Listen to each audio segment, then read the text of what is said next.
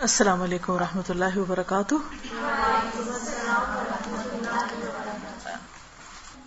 حفاظت کی دعائیں جو ہم نے شروع کی تھی اس میں آج ہم سورۃ البقرہ کی آخری 2 آیات کی فضیلت پڑھیں گے. نمبر 2 دعا جو ہے اعوذ باللہ من الشیطان الرجیم بسم اللہ الرحمن الرحیم. آمن الرسول بما انزل الیہ من ربہ والمؤمنون کل آمن باللہ وملائکتہ وکتبہ ورسلہ لا نفرق بین احد من رسلہ وقالوا سمعنا واطعنا غفرانک ربنا والیک المصیر. لا یکلف اللہ نفسا الا وسعها لها ما کسبت وعلیہا ما اکتسبت ربنا لا تؤاخذنا ان نسینا او اخطأنا ربنا ولا تحمل علينا إصرا كما حملته على الذين من قبلنا ربنا ولا تحملنا ما لا طاقة لنا به واعف عنا واغفر لنا وارحمنا أنت مولانا فانصرنا على القوم الكافرين. عبداللہ بن عباس بیان کرتے ہیں کہ ایک دن جبریل علیہ السلام نبی صلی اللہ علیہ وسلم کے پاس بیٹھے ہوئے تھے کہ ایک بہت زور کی آواز سنی. جبریل علیہ السلام نے اپنا سر اٹھایا اور کہا کہ آسمان کا ایک دروازہ ہے جو آج کھلا ہے. آج سے پہلے یہ کبھی نہ کھولا گیا. پھر اس سے ایک فرشتہ اترا. جبریل علیہ السلام نے کہا کہ یہ ایک فرشتہ ہے جو آج سے پہلے کبھی زمین پر نہیں اترا. فرشتے نے سلام کیا اور کہا کہ آپ صلی اللہ علیہ وسلم کو 2 نوروں کی خوشخبری ہو جو آپ کو عنایت ہوئے ہیں. آپ سے پہلے یہ کسی نبی کو نہیں دیے گئے. اور دوسری سورۃ البقرہ کی آخری آیات. کوئی حرف اس میں سے تم نہ پڑھو گے کہ اس کی مانگی ہوئی چیز تمہیں نہ ملے. یعنی اس کو پڑھ کر اور دعائیں بھی قبول ہوتی ہیں. تو بات یہ ہے کہ اللہ تعالیٰ نے مختلف چیزوں کو مختلف پر فضیلت بخشی. جیسے رات ساری برابر نہیں. رات کا آخری حصہ اپنے فضیلت کے اعتبار سے باقی رات پر بھاری، یعنی سحری کا وقت جو ہے اس میں اللہ سبحانہ وتعالیٰ خاص طور پر دعائیں سنتے ہیں. اسی طرح دن کے اول حصے میں اللہ نے برکت رکھی ہے. اللہم بارک لامتی فی بکورہا، یعنی صبح کا جو وقت ہوتا ہے. اسی طرح ہفتے کے دنوں میں جمعے کے دن کو فضیلت بخشی. سال کے مہینوں میں رمضان کو فضیلت بخشی. اسی طرح جگہوں کے اعتبار سے اللہ تعالیٰ نے مکہ کو خاص طور پر چن لیا. پیغمبروں میں بھی اللہ تعالیٰ نے بعض کو بعض پر فضیلت دی. اعمال میں بھی اللہ تعالیٰ نے بعض اعمال کو بعض اعمال پر فضیلت دی. اسی طرح قرآن مجید کی بعض آیات کو بعض پر فضیلت دی گئی. حالانکہ کلام سارا اللہ سبحانہ وتعالیٰ کا ہے، لیکن بعض حصہ بعض سے زیادہ برکت والا ہے. حالانکہ سب میں ہی خیر ہے، سارے میں خیر. تو اسی میں سورۃ الفاتحہ کا ایک خاص مقام ہے. اور سورۃ الفاتحہ جو ہے اس کو سورۃ شفا بھی کہا گیا ہے، رقیہ بھی کہا گیا ہے. اس کو ہر نماز میں پڑھنے کو واجب قرار دیا گیا ہے. اور پھر اس کو پڑھ کر اگر دم وغیرہ کیا جائے تو وہ بھی فائدہ مند ہوتا ہے. اور تجربے سے یہ بات ثابت ہے.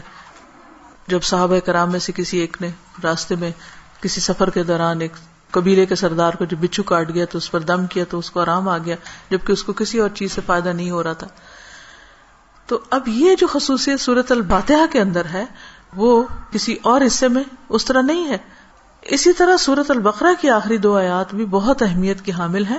اور ان کی ایک فضیلت جو یہاں پتہ چلتی ہے کہ ان کو پڑھ کر اگر کوئی شخص دعا کرتا ہے تو وہ دعا قبول ہوتی ہے.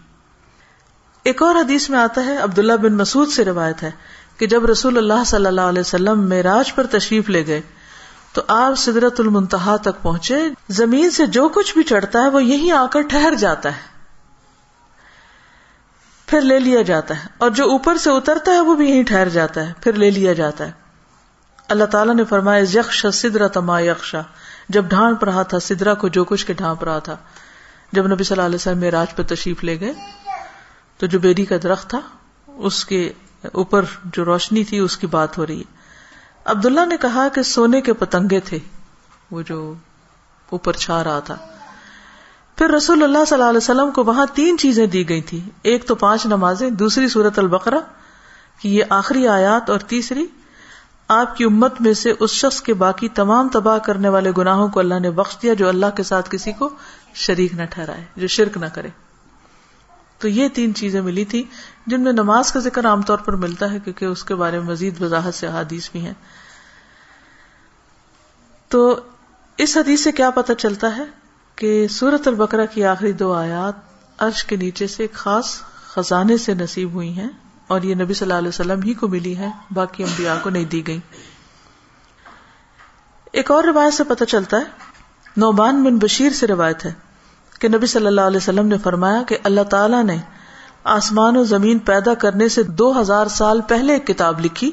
اس کتاب میں سے 2 آیات اتاری جن کے ساتھ سورۃ البقرہ کو ختم کیا. کب کی بات ہے یہ؟ زمین و آسمان کے پیدا کرنے سے 2000 سال پہلے کی بات. قلم کب پیدا ہوا تھا؟ 50,000 سال پہلے، باقی چیزوں کی تخلیق کے. جس گھر میں 3 رات یہ آیات پڑھی جائیں شیطان اس کے قریب نہیں آتا. رسول اللہ صلی اللہ علیہ وسلم نے فرمایا، مجھے سورۃ البقرہ کی آخری آیات عرش کے نیچے ایک خزانے سے دی گئی. مجھ سے پہلے یہ آیات کسی نبی کو نہیں دی گئی، یعنی یہ آپ کی خاص خصوصیت ہے کہ آپ کو یہ نصیب ہوئی. اور پھر ایک اور جگہ یہ بات بھی پتہ چلتی ہے ان آیات کے بارے میں کہ جو شخص رات کے وقت ان آیات کو پڑھ لیتا ہے تو وہ اسے ہر چیز سے کافی ہو جاتی ہیں. تو آپ اس کو اپنی عادت بنا سکتے ہیں، رات کو سونے سے پہلے پڑھ لیں یا کسی نماز میں پڑھ لیں، مغرب یا عشاء کی نماز میں پڑھ لیں یا ویسے ہی بیٹھ کے پڑھ لیں، کیونکہ ان کی فضیلت بہت زیادہ ہے. تو ان آیات کا ترجمہ جو ہے وہ آپ دیکھ سکتے ہیں قرآن پاک ترجمے والے سے. لیکن یہ ہے کہ جو خاص بات ان آیات میں کی گئی ہے، پہلے تو اس میں ایمان پر بات ہے کہ رسول خود بھی ایمان لائے ہیں اور سارے مومن بھی. کن کن چیزوں پر؟ اللہ پر، ملائکہ پر، کتب پر، رسول پر. دوسری اہم بات، لا نفرق بین احد من رسلہ، کہ ہم رسولوں کے درمیان فرق نہیں کرتے. فضیلت جو اللہ نے ان کو دی وہ اللہ ہی نے دی، لیکن ہمارا کیا فرض بنتا ہے کہ سب پر ایمان لائیں. اور پھر صحابہ کرام نے کیا کہا، وقالوا سمعنا واطعنا، کہ ہم نے سنا اور ہم نے اطاعت کی، ہم ایمان لے آئے اور جو کچھ ہمیں کہا جائے گا ہم اس کو مانتے ہیں. ہمیں اس کے بدلے کیا چاہیے؟ غفرانک، تیری بخشش چاہیے. یعنی بندہ اللہ کی بات مانتا ہے اور اللہ تعالیٰ اس کے ساتھ بخشش کا وعدہ کرتا ہے. ربنا وإلیک المصیر. اور یہ بخشش کیوں ضروری ہے کہ اللہ تعالیٰ ہم کو معاف کر دے؟ کیونکہ ہم نے اللہ کی طرف پلٹنا ہے، لوٹنا اسی کی طرف، رجوع اسی کی طرف. پھر فرمایا کہ لا یکلف اللہ نفسا الا وسعها. ہر بندے سے حساب اتنا ہی ہے جتنی وہ استطاعت رکھتا ہے، اسی کا مکلف ہے، اس سے زیادہ اس سے نہیں پوچھا جائے گا. چاہے جسمانی صحت ہو، چاہے مال ہو، چاہے اولاد یا عقل یا کچھ بھی، تو ہر شخص کا حساب اتنا ہی ہے. لہا ما کسبت وعلیہا ما اکتسبت. اسی کو ملے گا جو اس نے نیکیاں کی اور اسی کے ذمہ ہے وبال جو اس نے غلط کام کیے. فائدہ بھی اسی کا اچھے کام کرنے کا اور نقصان بھی اسی کا غلط کام کرنے کا. تو پھر ہم دعا کیا کرتے ہیں، ربنا لا تؤاخذنا ان نسینا او اخطانا. اللہ اگر ہم بھول جائیں یا ہم سے خطا ہو جائے تو تو ہمیں پکڑنا نہیں، مؤاخذہ نہیں کرنا. ربنا ولا تحمل علینا اصرا کما حملتہ علی الذین من قبلنا. اللہ ہم پر وہ بوجھ نہ ڈالنا جو ہم سے پہلے لوگوں پہ ڈالا. یعنی ان کی شریعتیں جو تھی وہ مشکل تھی، ہماری شریعت بہت آسان ہے. مثلا نبی صلی اللہ علیہ وسلم جب حج پہ تشریف لے گئے تو آپ نے کچھ ریچولز کی ایک ترتیب بتائی، لیکن چونکہ کراؤڈ بڑا تھا تو اس ترتیب میں کچھ لوگوں نے فرق کر دیا. کیا تھا کہ جیسے آپ پہلے رمی جمار کریں، پھر اس کے بعد سر منڈائیں، پھر اس کے بعد احرام کھول دیں، لیکن کچھ لوگوں نے اس ترتیب کو آگے پیچھے کر دیا. تو اس پر آپ نے فرمایا لا حرج، لا حرج، کوئی حرج نہیں، کوئی نقصان نہیں. تو یہ ہمارے دین کی ایک سہولت ہے، آسانی ہے. تو یہاں دعا یہ مانگی جا رہی کہ اللہ جس طرح پچھلے لوگوں کے اوپر پابندیاں لگ گئی تھی یا ان کو کچھ مشکلات ہوئی تھی تو ہمیں اس سے محفوظ رکھنا. ربنا ولا تحملنا ما لا طاقت لنا بہ. اللہ ہمارے اوپر ایسا بوجھ نہ ڈالنا جس کی ہمیں طاقت نہیں. اب دیکھیے کہ اگر ہم امن سے ہیں، سلامت ہیں، ہم سانس لے رہے ہیں، کھا پی رہے ہیں، جس کا مطلب اللہ کی رحمت ہے ہم پر. کوئی بھی چیز آپ دیکھیں کہ کسی وقت بھی آؤٹ آف کنٹرول ہو سکتی. سورج کسی وقت آؤٹ آف کنٹرول ہو سکتا ہے، ستارے آپس میں ٹکرا سکتے ہیں، زمین کے اندر سے لاوا ابل سکتا ہے، زلزلہ آ سکتا ہے. انسان کسی کام کرنے کی سکت نہ رکھے، بیٹھے بٹھائے اس کو کچھ ہو سکتا ہے. اس کے بولنے کی قوت، اس کے دیکھنے کی، اس کے سننے کی کچھ بھی چھن سکتی ہے. تو اللہ تعالیٰ سے ہم دعا کرتے کہ یا اللہ ہم پر وہ بوجھ نہ ڈال جس کے اٹھانے کی ہم میں سخت نہیں. یعنی ایسی کسی آزمائش میں نہ ڈالنا کہ جس سے ایمان جانے کا خطرہ ہو.